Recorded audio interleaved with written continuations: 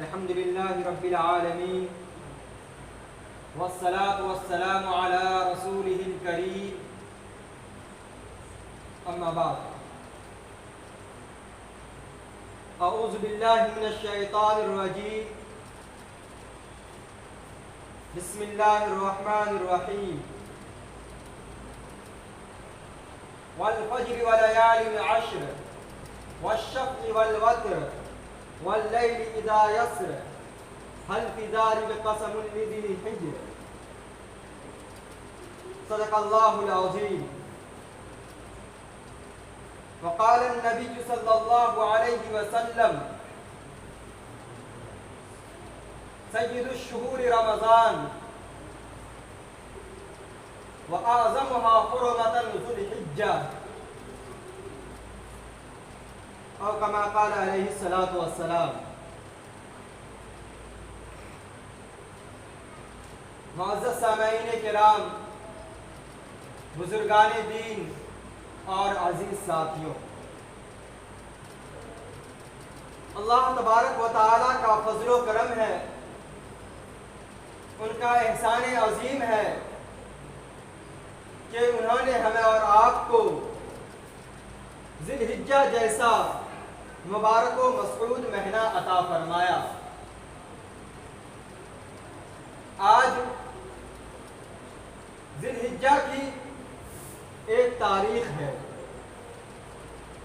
ذی الحجہ کا مہینہ قمری کیلنڈر کا آخری مہینہ ہے. قرآن و حدیث میں اس مہینے کی بڑی فضیلت و اہمیت بیان کی گئی ہے. اس لحاظ سے یہ مہینہ حرمت والا مہینہ ہے، عظمت والا مہینہ ہے. ذی الحجہ کا مہینہ لائق تکریم اور قابل تعظیم والا مہینہ ہے. اللہ تبارک و تعالی نے قرآن مجید میں فرمایا سورہ فجر میں والفجر ولیال عشر، قسم ہے فجر کے وقت کی اور 10 راتوں کی. جمہور مفسرین کی رائے یہ ہے کہ 10 راتوں سے مراد عشر ذی الحجہ ہے، یعنی ذی الحجہ کے مہینے کے شروع کی 10 رات مراد ہے. اللہ تبارک و تعالی نے سورہ بقرہ میں فرمایا وَاذْكُرُوا اللَّهَ فِي أَيَّامٍ مَّعْدُودَاتٍ کہ اللہ تبارک و تعالی کو گنتی کے دنوں میں یاد کرو. اس آیت سے مراد جمہور مفسرین نے ایام منی مراد لیا ہے، لیکن امام بخاری رحمۃ اللہ علیہ نے اپنی کتاب بخاری شریف میں بحوالہ عبداللہ ابن عباس رضی اللہ تعالیٰ عنہ کے منقول ہے کہ ایام معدودات سے گنتی کے چند دنوں سے مراد ذی الحجہ کے شروع کے 10 دن مراد ہے. یہی رائے امام ابو حنیفہ رحمۃ اللہ علیہ کی ہے اور یہی رائے امام شافعی رحمۃ اللہ علیہ کی بھی ہے. بہرحال قرآن مجید کی اس آیت سے یہ پتہ چلا کہ ذی الحجہ کی فضیلت و اہمیت ہے.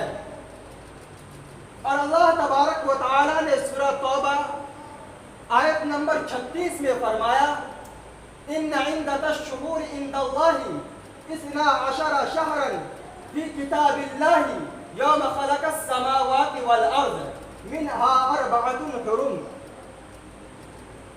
کہ مہینوں کی تعداد ان عدۃ الشہور عند اللہ کہ اللہ تبارک و تعالی کے نزدیک مہینوں کی تعداد 12 شہرا 12 ہے. یوم خلق السماوات والارض، اور یہ سسٹم اس وقت سے رائج ہے جب اللہ تبارک و تعالی نے زمین و آسمان کو پیدا فرمایا تھا.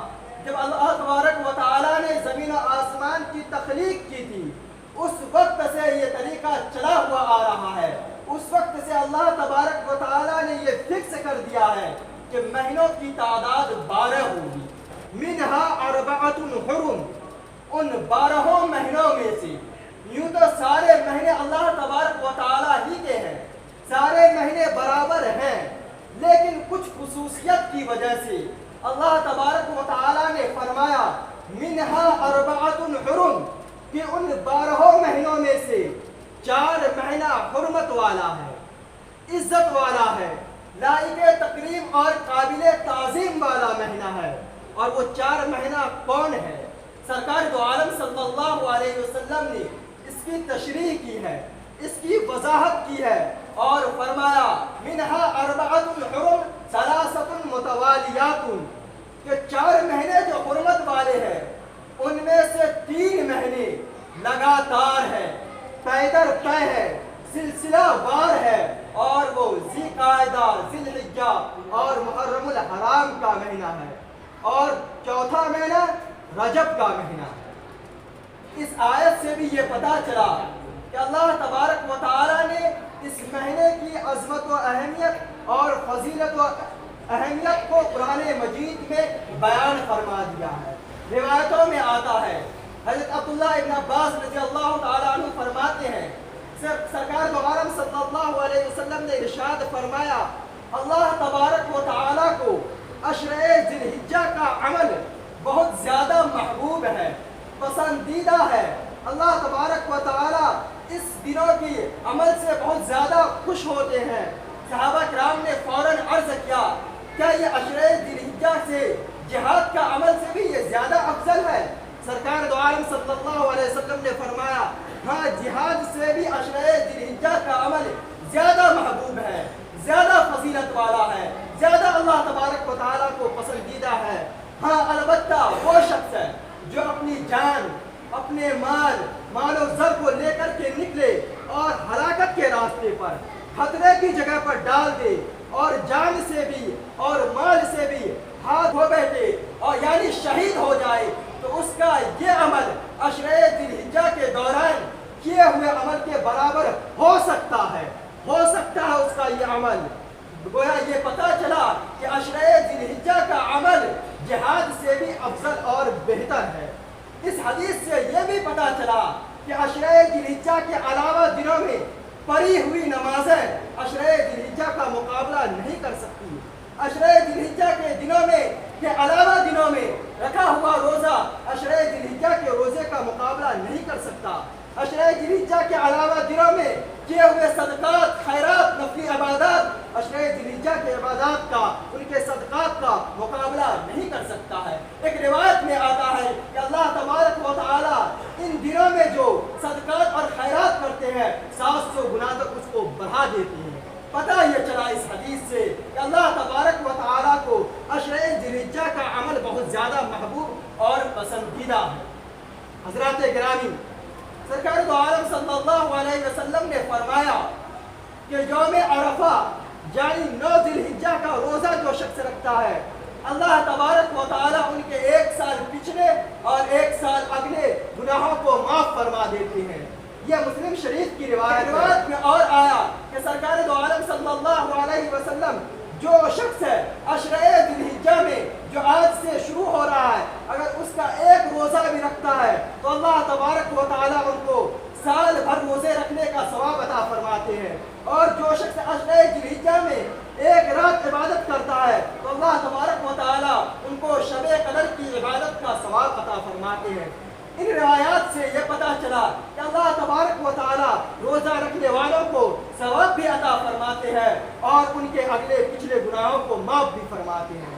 لیکن اس روایت میں مسلم شریف کی روایت میں جو آیا ہے کہ اللہ تبارک و تعالیٰ ان کے گناہوں کو معاف فرما دیتے ہیں، تو گناہوں سے مراد گناہ صغیرہ ہے، گناہ کبیرہ نہیں ہے. اگر گناہ کبیرہ ہے کسی کے کھاتے میں تو گناہ کبیرہ بغیر توبہ کے معاف نہیں ہوتا ہے. لیکن سارے خوش نصیب اس دنیا میں ایسے ہیں جن کے کھاتے میں، جن کے نامہ اعمال میں گناہ کبیرہ نہیں ہے، تو اللہ تبارک و تعالیٰ ان کے گناہ کبیرہ میں تخفیف کر دیتے ہیں، کمی کر دیتے ہیں. اور بہت سارے خوش نصیب ایسے بھی ہیں جن کے نامہ اعمال میں گناہ کبیرہ بھی نہیں ہے، تو اللہ تبارک و تعالیٰ ان کے درجات کو بلند فرما دیتے ہیں. دو عالم صلی اللہ علیہ وسلم نے فرمایا کہ جو شخص عشرہ ذوالحجہ میں یعنی چاند دیکھنے کے بعد سے قربانی کرنے تک اپنے ناخن بال وغیرہ کو زائد بالوں کو اگر نہیں کاٹتا ہے، جس کا ارادہ ہو کہ وہ قربانی کرے، تحب ہے ان کے لیے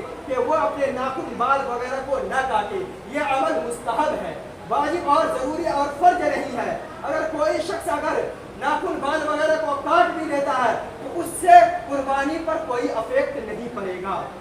لیکن بہت سارے لوگ ایسے ہیں جن پر قربانی واجب نہیں ہے، لیکن وہ چاہتا ہے، ان کی خواہش ہے کاش اللہ تبارک و تعالی ہمیں مال و زر دیتے، اگر ہم صاحب استطاعت ہوتے، اگر اللہ تبارک و تعالی ہمیں دولت دیتے تو ہم بھی قربانی کرتے۔ تو بزرگوں نے اس کے لیے ایک طریقہ لکھا ہے اور ان پر انہوں نے عمل کیا ہے، اور بعض روایت سے اس کی تائید بھی ہوتی ہے کہ اگر وہ شخص بھی ناخن بال وغیرہ کو نہ کاٹے تو اللہ تبارک و تعالیٰ کی ذات سے امید ہے کہ انہیں بھی قربانی کرنے والوں کے بقدر ثواب ملے گا۔ لہٰذا ہمیں چاہیے کہ اس پر عمل کریں، اور اللہ تبارک و تعالیٰ نے جسے مال و دولت دیا ہے، جو صاحب استطاعت ہے، انہیں چاہیے کہ وہ قربانی کریں اور قربانی کے ابھی سے ہی فکر کریں۔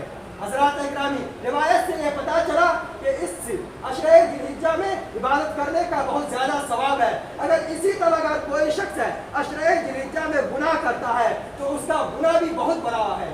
اس لیے اللہ تبارک و تعالی ہمیں اور آپ کو بار بار یہ موقع فراہم کرتا ہے۔ اس طرح کے مواقع دے کر کے اللہ تبارک و تعالی ہمیں اور آپ کو قریب کرنا چاہتا ہے۔ دراصل ہم اور آپ اللہ تبارک و تعالی سے بہت دور کبھی کبھی چلے جاتے ہیں، تو اللہ تبارک و تعالی یہ مواقع ہمیں فراہم کرتے ہیں تاکہ ہم اللہ تبارک و تعالی سے اپنے رشتہ کو مضبوط کریں۔ اللہ تبارک و تعالی سے کام کی وجہ سے، مشغولیات کی وجہ سے، مصروفیات کی وجہ سے، دکانداری کی وجہ سے، دیگر چیزوں کی وجہ سے ہم جو مصروف ہو گئے ہیں، اللہ تبارک و تعالیٰ سے ہمارا جو تعلق ٹوٹ گیا ہے، اللہ تبارک و تعالیٰ یہ مواقع دے کر کے ہمیں اور آپ کو دراصل قریب کرنا چاہتا ہے، اور ہمیں اور آپ کو اس بات کی تعلیم دی گئی کہ اس مہینے میں ہم زیادہ سے زیادہ اوراد و وظائف کی کثرت کریں۔ روایتوں سے اس کی تائید ہوتی ہے، اور اللہ تبارک و تعالیٰ ہمیں اور آپ کو کہنے سننے سے زیادہ عمل کرنے کی توفیق عطا فرمائے۔ وآخر دعوانا الحمد للہ رب العالمین۔